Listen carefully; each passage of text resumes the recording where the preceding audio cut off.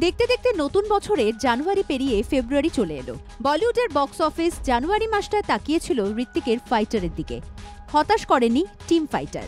ভারতের প্রথম Arial action দেখে মজেছে ৮ থেকে ৮০। কিন্তু এবার বলিউডের দর্শক তাকিয়ে রয়েছে ফেব্রুয়ারির রিলিজের দিকে। বছরের দ্বিতীয় মাসে বলিউডের ৩ নায়িকার লড়াই হতে চলেছে বক্স অফিসে। এই তালিকায় রয়েছে আর্টিকেল 370, তেরি বাতোं में ऐसा उलझा जिया এবং ভক্ষক। ফেব্রুয়ারির ৯ তারিখ শাহিদ কাপুরের সঙ্গে তেরি বাতোं में ऐसा उलझा जिया ছবিতে জুটিতে আসছেন কৃতি। ছবিতে এক ব্যক্তির সঙ্গে এক রোবটের অবাস্তব প্রেম কাহিনী তুলে ধরা হবে রূপলী পর্দায়।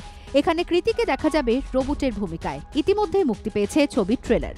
অন্যদিকে ভুবি পেডনেকারের অভিনীত ভক্ষক একটি ক্রাইম থ্রিলার। এখানে অভিনেত্রীকে একজন ক্রাইম জার্নালিস্টের চরিত্রে দেখা যাবে।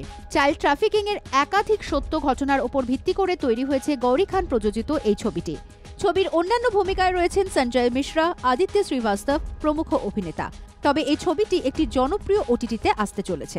২৩শে ফেব্রুয়ারি মুক্তি পাবে আর্টিকেল 370। ইয়ামি গৌতম অভিনীত এই ছবিটি আদতে একটি অ্যাকশনে ভরা রাজনৈতিক ড্রামা ঘরানার ছবি। এখানে ইয়ামিকে সন্ত্রাসবাদের বিরুদ্ধে লড়তে দেখা যাবে।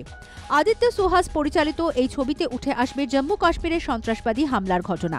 এছাড়াও এবার যবনিকা পতন হতে চলেছে সুস্মিতা সেনের জনপ্রিয় আর্যা সিরিজের।